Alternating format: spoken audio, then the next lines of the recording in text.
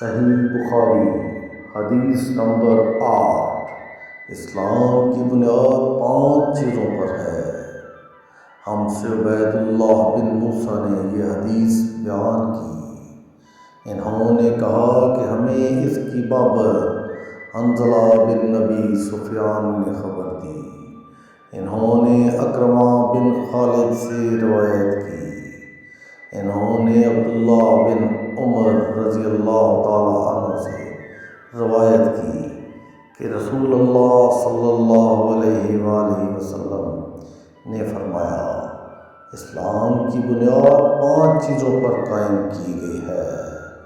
اول، گواہی دینا کہ اللہ کے سوا کوئی معبود نہیں، بے شک محمد صلی اللہ علیہ وآلہ وسلم اللہ کے سچے رسول ہیں، اور